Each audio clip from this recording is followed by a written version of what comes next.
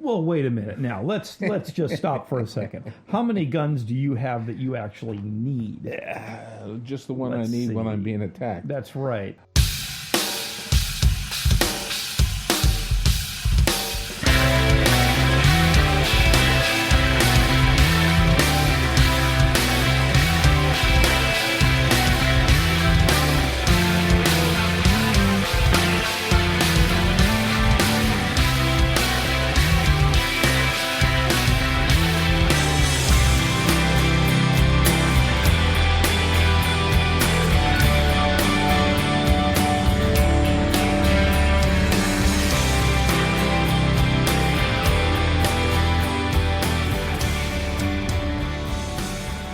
Welcome to episode 0.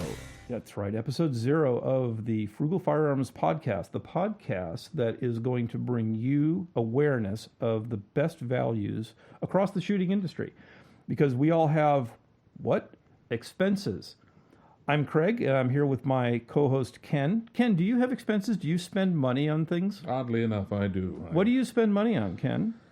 Not as much on myself as I would like, or on my hobbies as I'd like. Tends to be sucked up by things like gasoline, the Biden economy, my falling 401k value, all of the things that I thought I had more of and I have less of now. So do we think that our audience, consisting of gun enthusiasts, are all people who have unlimited amounts of money and would spend every dollar they could on guns? Well, I think people would like to spend more than they currently spend, but we want value for a dollar because we know how hard it is to earn that dollar in the first place.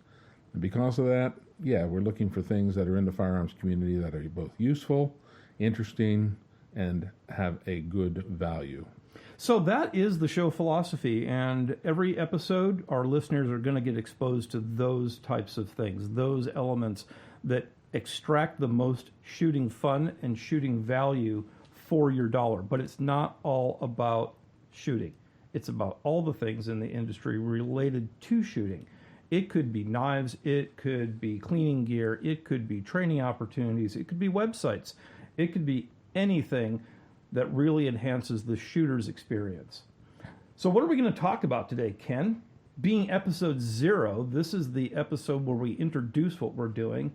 And then as we get going into the podcast and future episodes, we're going to have a lot of guests lined up. But today, I think, let's tell them, we've told them what the purpose is and the philosophy and what to expect.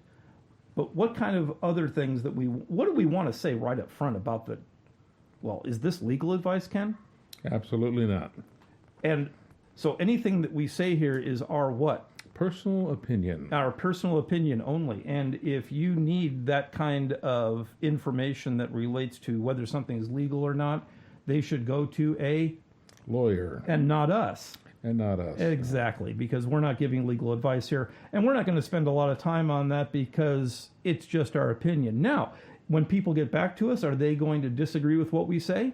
Some will. They will. It's the internet. They're going to disagree with us. And do we like constructive criticism? Absolutely. Do we like just being trolled on the internet? No. No, we don't. So anybody who has constructive criticism will have some opportunities to reach out at the end of the show. But if you're just going to troll us, or if you're just going to say, you guys are stupid, you don't have any idea what you're talking about, you know what? There's lots of other podcasts out there. But you know what makes this podcast unusual, Ken? Well, what would you say, Craig? I would say that it's because we're focused just on the value proposition. That doesn't mean cheap. Now let's talk about what cheap and value are. Ken and I have known each other for how many decades now? Almost 50 years. Almost 50, yeah, coming up on about 50 years. We view value maybe a little differently. Ken tends to be a little more on the thrifty side of value. Cheap. Okay, cheap. And I tend to be a little bit more on the I'll spend money to get value side. True. But neither of us have unlimited funds. No. And neither of us are going to ever have unlimited funds. No. So because of that, there's a lot of companies that you won't hear talked about on this podcast, the ones that don't represent value. We're not going to dime out companies that we don't think have value, because we're going to give companies the opportunity to come on and make the case that they give value. Now, I used to be really big into trap shooting here, and I always wanted a Perazzi shotgun. I really did. And Perazzi shotguns, I think, started about $15,000 to $20,000, and they can go up to $500,000. Gorgeous. I've seen them. I've even had the opportunity to hold some of them. Would love to have them, but they're more artwork than they are something functional that I would use. So that would be a company that we probably won't be hosting on the show. No, we will not have Perazzi here. Now, does that mean that Perazzi is a bad value for everyone? If you got the money. I mean, there are people, I see people, I was over by the beach just yesterday, and people were driving up and down the coast on a Ferrari, which was a bright red Ferrari. I don't even know the model number of it, but I'm looking at it going, it's at least $300,000, probably $500,000 car, and he was driving slow. Why? I think because he wanted to be seen. Okay, and people want to do that. That's fine, but again, the person driving the Toyota was, at a fraction of the cost, was getting by just fine. But what do I drive? Well, now that's an interesting statement right there. You do drive a 10-cylinder, naturally aspirated Audi supercar. I do not. But for me, that was value. It was value, yes. So you see, there are different perspectives on value, and we're not here to say that anyone else's perspective on value is wrong. But again, there are, and Ken didn't mention I bought that Audi used, so I saved a lot of money on that. But we could both point out that we both own the first vehicle that we ever bought in our lives. That is a true statement. Yeah, for you a GTO, and for me a 73 Cuda. Yep, 73 Cuda and a 67 Pontiac GTO. Exactly. So, in this week's episode, we're going to be covering a few different items that we think represent good value. And at the end, we're going to give you, again, a little opportunity to reach out, make the show better. There's no Patreon site yet. There's no advertisements or advertisements, as most people say, on the show as of yet. But we are interested in feedback, and we are interested, of course, in hosting companies that we think represent value on the show. So, without further ado, my first item up is the LaRue MBT2S two-stage trigger. Now, I'm a two-stage guy. I happen to think that trigger, for its price point, is fantastic. Out of the box, don't need a gunsmith to do anything to that. Incredible reset, minimal take-up, consistent, perfect if you don't mind having something that's not a drop-in trigger. For drop-in triggers, I just became aware that Trigger Tech has now come out, and you say Trigger Tech. For those who are familiar with Trigger Tech, who claim to have, by the way, no friction because they use bearings and not sliding surfaces in their triggers, why would Trigger Tech be a value proposition? Because they have a new trigger that hopefully we'll get Trigger Tech representatives on the show at some point to talk about their product, which is a very inexpensive, also a two-stage trigger, which I prefer. That's a drop-in that actually is, for them, very, very inexpensive. Interested in finding out what listeners use and what they like. Again, I'm a two-stage guy. Ken, you're a single-stage guy, aren't you? Tend to be. Again, I'm not doing many match competitions where you're going to be firing, 4, 6, 800, 1,000 yards. I do have a few things that'll reach out that far, but yeah, I mean, I pretty much want it to be consistent, the same every time, and I want it to be just the same feel. It's what I grew up with. It's what I have. It's what I like. Not that I'm saying I couldn't come to really enjoy a two-stage trigger, but I think I would have to probably have a higher end, maybe some sort of a match rifle, maybe, and with glass on it, scope on it, which probably would cost as much, if not more, than the rifle itself. Then I'd probably be much more into a two-stage trigger. Very often that's the case, obviously, with glass, and unfortunately so. Actually, scopes is going to be something that we're going to concentrate a lot on. In my show notes, I have another product I wanted to talk about in here, which is Athlon scopes. I'm not going to jump to that right now, but I am going to go back to your point about long-range match shooting. You've seen me shoot. How well do I shoot? You're okay. I'm okay. Yeah. I'm like a 3 MOA guy. That's kind of a good day. Oh, good. Greg, Yeah, you hit the center. Yeah. I made it go bang it, or gong at 200 yards. Yeah, that's me. But I like the 2-stage trigger because I like the feel of the take up and pre-staging it so that I sort of know the next thing that's going to happen. The break. It's going to break. That to me is good. Actually, there was a new trigger at SHOT Show this year, which is a 0 break trigger. How so? How so? Electronic. It simply uses a strain gauge in the trigger, and as you pull back, it simply measures the strain and then releases when it hits a certain point. Probably so programmable too. Yes, it is programmable, and it is not something that I was able to try when I was there, but it does. I mean, a 0 break trigger is an interesting item. That's reminiscent of, I think Remington had some electronic primered firearms a few years ago, where they basically, instead of having a primer hit, you had a hammer and a firing pin hitting a primer, it used an electronic signal. Which actually, when you're shooting 1,000 yards, even the movement of a hammer moving forward and hitting a firing pin can actually cause you to have an adjustment of a foot or more at 1,000 yards. So an electronic trigger or electronic primer and maybe an electronic trigger would be very helpful for that. It would be, yeah, and again, maybe a product that I'll never own because the truth of the matter is, how often do we get out and shoot? Now, I'll tell our listeners another little interesting point here. Maybe not that interesting. We're not former military. We're not tier 1 guys. Our training is what we've paid for, not something an institution has given to us. And a lot of it has been, just exposure across the industry, for decades. And because of that, our burn rate on ammunition, which obviously is now more expensive than any of us would like, sort of constrains our ability to get out. And that's part of the reason, that was the genesis for this podcast, was trying to get the most out of every round you send down range, whether that be at a square range and you're simply punching paper, whether it's something more dynamic. But if you're buying things that, if you're the person who is going to be, quote, an operator, and I don't mean that in a pejorative sense, or if you legitimately use your guns every day in the course of your duties, law enforcement officers, things like that, there'll be a lot of stuff in this show that might apply and a lot that absolutely will not.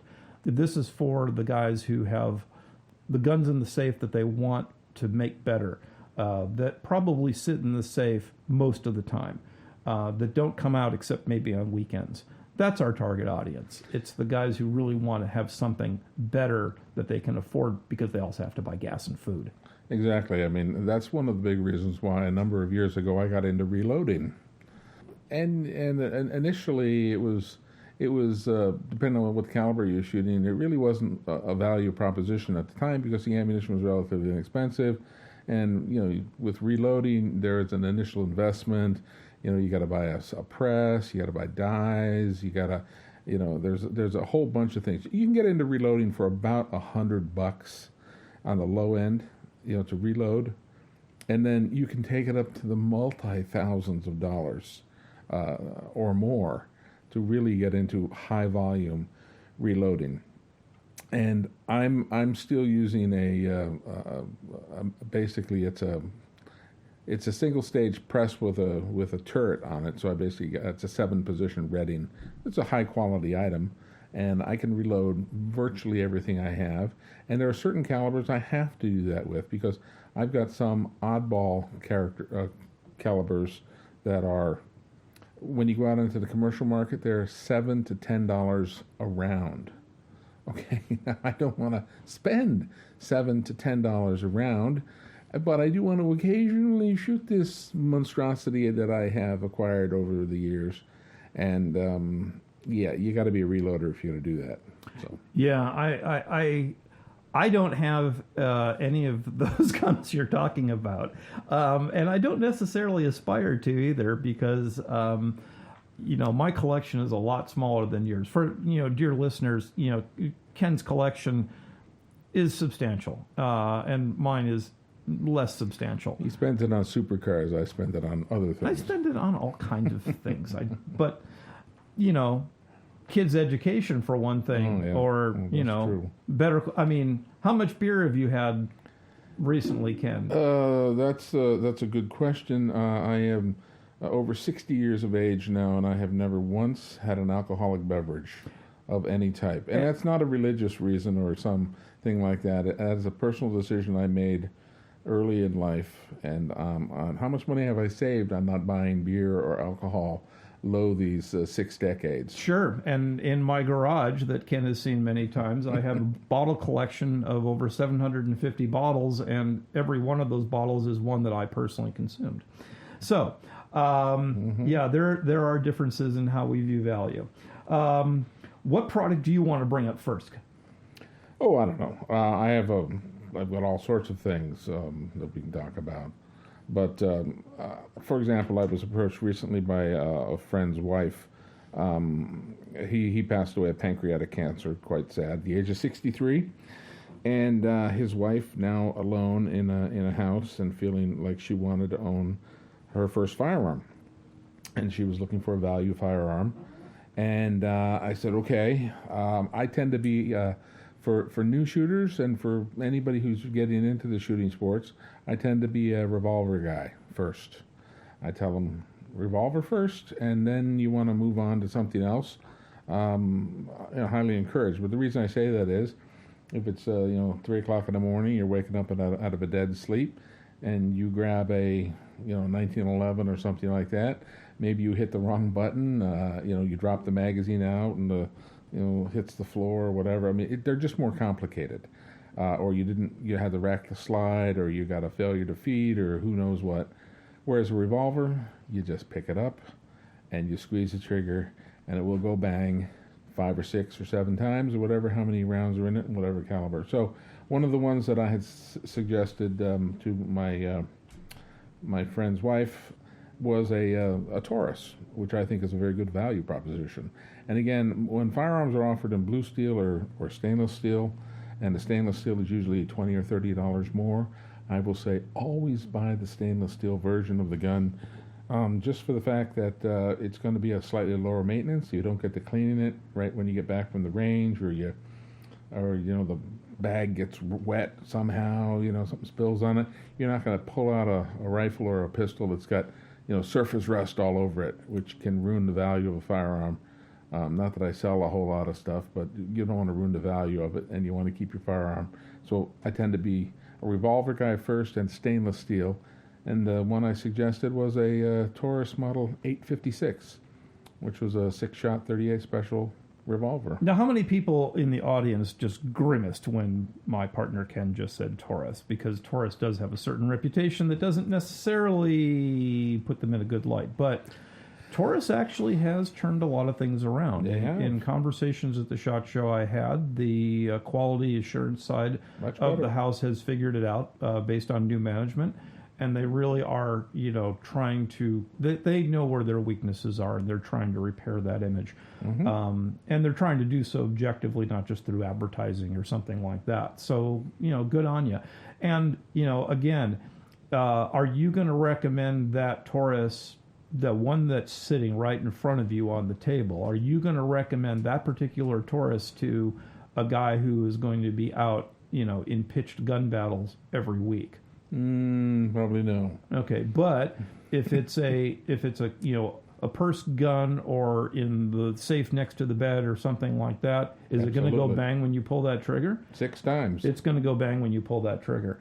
And that's really the important thing to remember here, which is that if she was presented with, you told her she had to go get company XYZ's, 1911, tricked out, and by the way, you have to send it in for a trigger job and new springs, race tuning, and checkering and so on, and you're only going to be out $2,000 on this gun. Would she have a gun right now? No. The value gun here, it was on sale at an opening of a recent gun store here in our town here, and it was $299.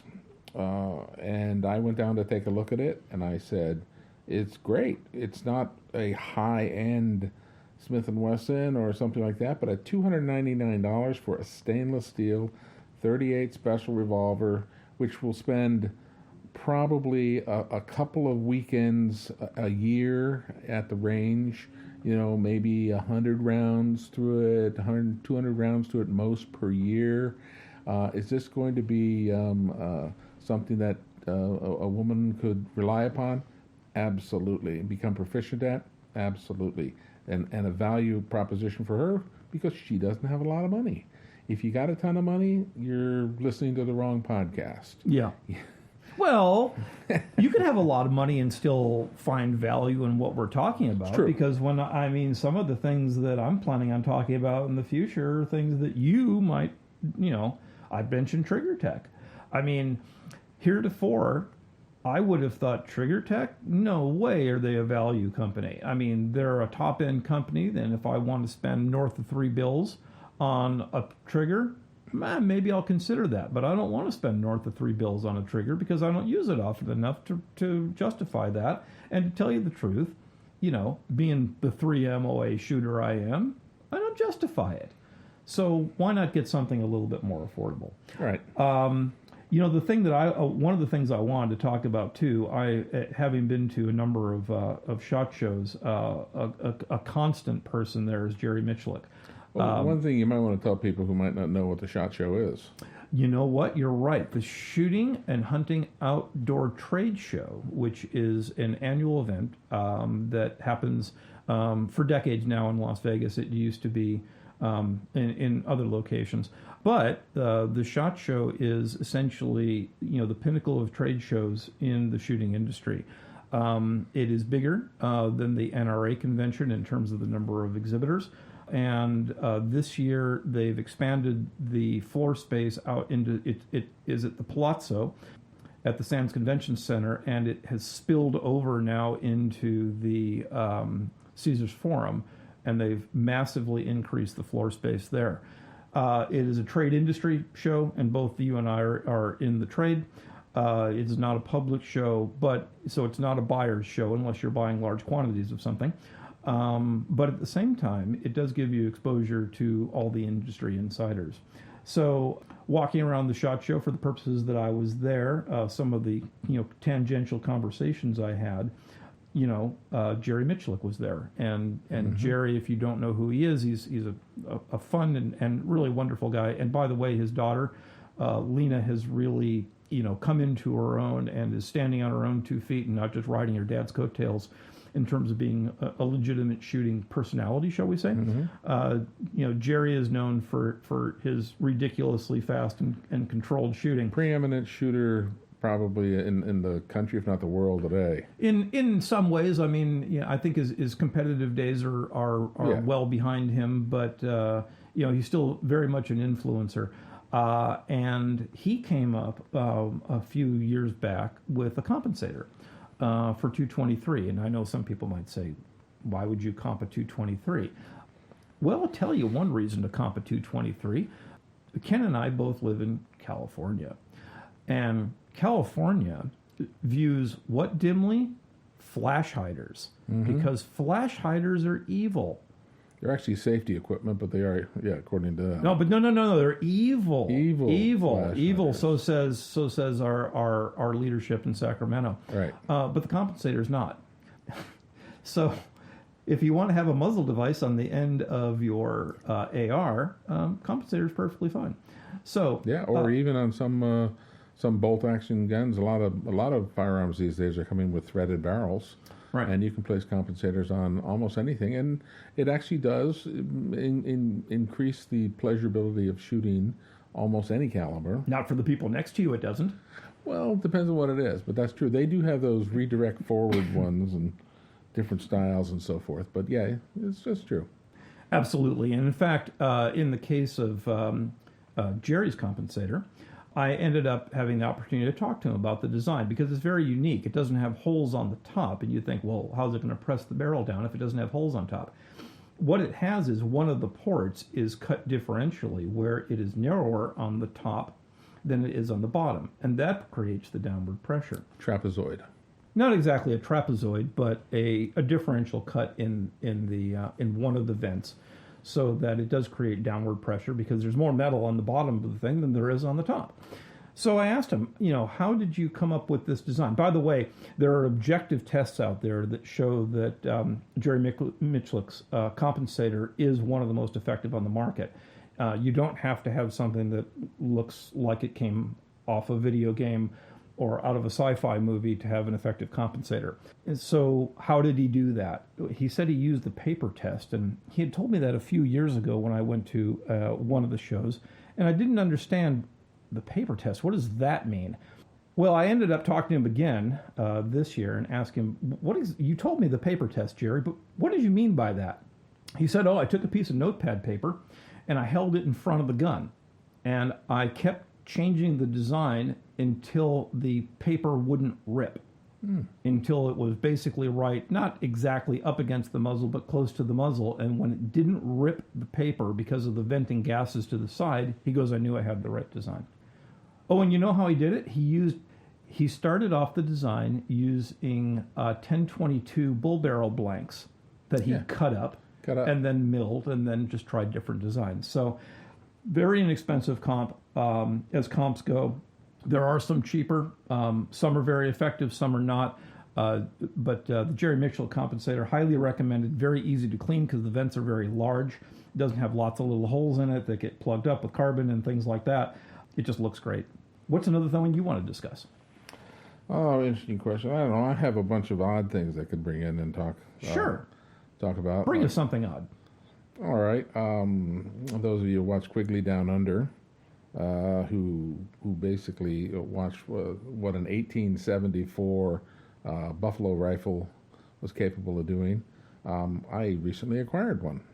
Mine is an Italian copy of it, but it's considered very good. And it's not in the original 45 110 caliber or 45 120 caliber.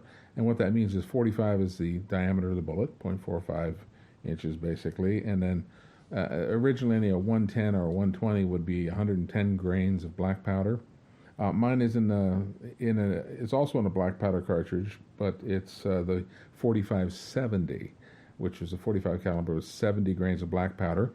And the 4570 is one of the few rounds which basically successfully made the transition from the black powder era, which pretty much ended about 1900, and made it into the modern era with the development of smokeless powders. And the 4570 today is capable with modern powders, modern chemistry, modern smokeless powders, of well exceeding the capabilities of a 45 110 black powder or 45 120 black powder. And so anyway, I have it with the double set triggers and the octagon barrel and it's an 800-yard rifle. You're basically lobbing it in because it's going to come out the muzzle end probably somewhere around the 1600.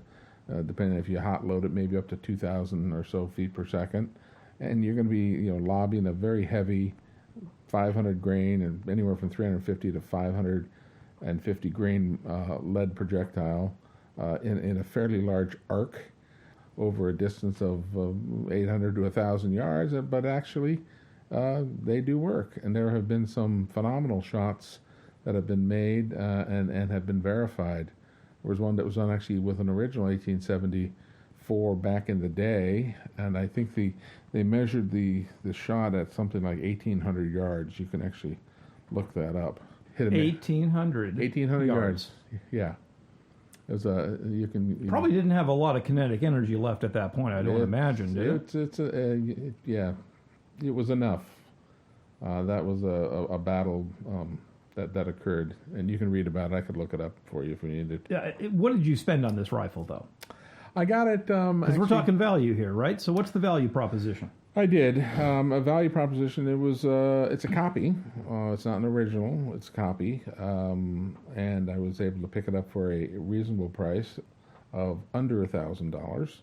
And the advantage is the fact that it was done with modern steel and modern brass, and it's a modern reproduction. So it's a brand new It's a brand new gun with better quality parts, better case hardening, better everything. It's beautiful. Wood's gorgeous. Everything's gorgeous about it. This is one of these situations of did I need it? No. Well, wait a minute. Now let's just stop for a second. How many guns do you have that you actually need? Just the one Let's I need see. when I'm being attacked. That's right. That I need to defend myself or my family, but no, this was a bit of a splurge, but it was something I wanted to acquire, and I've always, if you've watched the Quigley Down Under movie, you kind of get to appreciate what Tom Selleck did there in the movie. I actually saw the original Quigley rifle that he used in the movie at the National Firearms Museum a number of years ago. That was at the NRA Museum just outside of Washington, D.C. When I visited, there was they had the rifle there. I think it's since been moved, possibly even auctioned off to somebody. I think it was actually auctioned off to someone and got many thousands of dollars for a very good cause. But anyway, great fun. Mainly it's something you take to the range and you will all of a sudden draw a huge amount of attention from people who've never seen one and are very interested in wanting to shoot one. And that's one of those guns that I have that has no practical purpose, but the value to me is more experiential on what people are gonna. It's a talking thing, something we can talk to and make friends with. People come over. Yeah, and that's a value all to itself. Really, just the ability to generate and maintain relationships is important. The last one I'm going to talk about today, and by the way, I don't think we mentioned this. This is episode 0 after all. Our goal here is to try to keep this show always under an hour because, maybe you have other podcasts you want to listen to, or perhaps you just have other things to do because, after all, you're probably still earning money, just like Ken and I still are. But we do want to keep this to, notionally in the 40-minute to 1 hour time period, and certainly not more than that. And we're coming up pretty close on that number right now. But I did want to bring up another site that I think is worth jumping into. For those who are looking for sort of the clearinghouse, at least I think it's the best clearinghouse of gun cost information. There's a couple of them. There's gun.deals, and it's also has an app that you can get that's very handy. It looks and behaves a lot like WikiArms that allows you to put in a model or a parameter or a manufacturer or just simply look at the latest updates and find good deals across the industry for any given model. And then it provides links and rankings of each of by cost, by the way, of the thing you're looking for, no matter where it is. So just from a philosophical point of view, am I the kind of person who would say, do that and don't support your local dealer? No, I wouldn't say that. But a lot of times the gun that you really want isn't in stock locally. A lot of times the wait list might be very long to get the thing you want, but maybe that thing is in an adjacent state. Maybe it's on the other side of the country. And you're still, don't forget, patronizing those FFLs, by using those local people to do the transfers for you. And I think that's, an important part of their business model and one that should be facilitated. You shouldn't have to feel that just because your local store doesn't have, gun XYZ with ABC, extras on it that is the exact model you're looking for, that you can't have the thing you want. Use the power of gun.deals or WikiArms to be able to go out and find that. Another site that I want to bring up that's, kind of goes to the center of the value proposition is Devor.com. If you're familiar with Devor, and Devor is DVOR, so Delta Victor Oscar Romeo.com. They're a sort of a subsidiary, if you will, of Optics Planet and their sites, where prices are lower on Devor. The downside of Devor is you better know what you want because they don't accept returns. So this isn't the Amazon Prime model of I got it, I didn't like it, I sent it back. This is the model of you got it and you're keeping it, or you're selling it on the secondary market. And they also pretty much never offer free shipping except a couple times a year. And the shipping is a flat $10 per order, irrespective of what you order. But Devore.com is something that you should be aware of to go out and find deals. And they post new categories of deals all the time.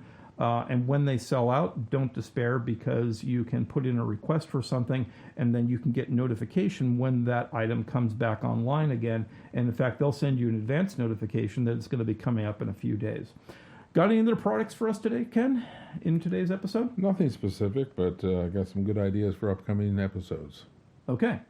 So we're going to cover that later. So what do we do going forward? Again, this is this is, by the way, a collector's edition of this episode, because it is episode 0. And how many podcasts have you listened to that have an episode 0? You can reach both Ken or myself. We're just sharing a common email address to keep it simple, so we both keep an eye on it. And it's frugalfirearmspodcast@gmail.com. Again, Frugal Firearms Podcast, all one word, at gmail.com. We're going to have this posted to all of the various aggregators for podcasts, so you should be able to find it on Spotify, iTunes, and elsewhere. If you are interested in commenting on the show, we kind of laid out our rules on that at the beginning, that we're looking for constructive input, constructive criticism. We're also looking for potential guests. We're looking for potential advertisers. But right now, there aren't any of those, so it's just for your enjoyment. But if you are representing a company or a service, perhaps training, perhaps other types of things ancillary to the firearms industry, and you're interested in being on the show is definitely being structured around the idea of having guests every week. So with that, we'll go ahead and sign off and look for you next time. Thank you for listening. Thank you very much.